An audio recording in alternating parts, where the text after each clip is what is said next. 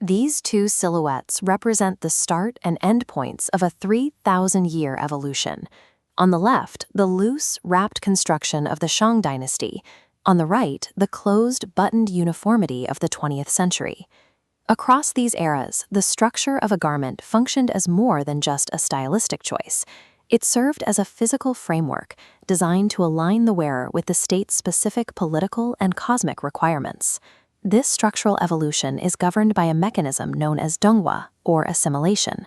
The process is defined by a constant dialectic, the ideological needs of a settled agrarian core reacting to the functional pressures of their nomadic neighbors. Historically, the Han agrarian tradition utilized flowing silk robes to distinguish their sedentary, ritual-based lifestyle from the utility-driven dress of the equestrian tribes to the north. The result is a history of dress where foreign utility is repeatedly synthesized into the Chinese symbolic system to maintain imperial authority.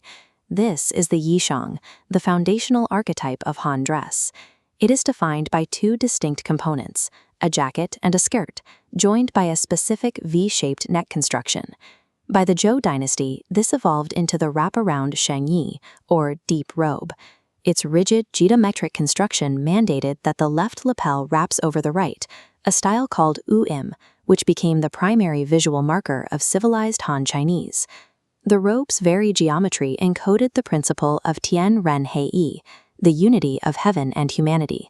The straight vertical seams symbolized the path of righteousness, while the circular sleeves mirrored the shape of the heavens. This volume of fabric effectively restricts rapid, erratic movement. To wear the shangyi is to be physically forced into a posture of li, or ritual propriety.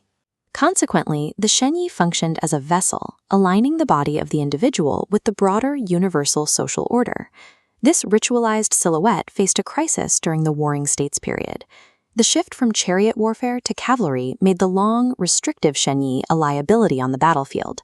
This led to the adoption of hubo, or nomadic dress. Notice the short tunics and voluminous trousers. By integrating these foreign elements, the Han military gained the mobility required for mounted combat. During the Wei and Jin periods, dress forms loosened further. Influenced by Taoist and Buddhist concepts of naturalness, the robes shown here feature wider sleeves and a more relaxed, flowing drape. By the Tang dynasty, the peak of this cosmopolitan integration led to a structural shift in the bureaucracy. These figures in the center are wearing the danling, or round collar, which was adopted from foreign cultures as the official uniform for government officials.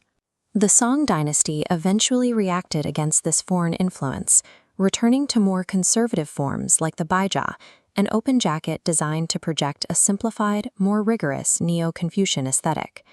These transitions illustrate the empire's capacity to absorb foreign functional advantages and convert them into hierarchical symbols. Following the end of Mongol rule, the Ming dynasty attempted to restore pure Han aesthetics, using hierarchical rank badges to re-establish the traditional Confucian hierarchy. That order was disrupted by the Qing conquest. A minority Manchu ruling class took control, utilizing dress codes as a mechanism for imperial maintenance. The Qing mandated Manchu dress for all men as a primary loyalty test. In this photograph, the ornate silk robes signify the wearer's place within the specific Manchu-dominated imperial identity. However, the regime permitted Han women to retain Ming-style garments, like this wide-sleeved robe and apron. This strategic exception allowed the Han majority to preserve their traditional geometry in the domestic sphere, mitigating social friction. Manchu dress relied on a different mechanical logic than the Han wrap. It featured a tighter fit, high-standing collars, and replaced fabric ties with functional button closures. The Qing era demonstrates the use of the donghua process to both signify conquest and manage ethnic divisions through regulated textiles.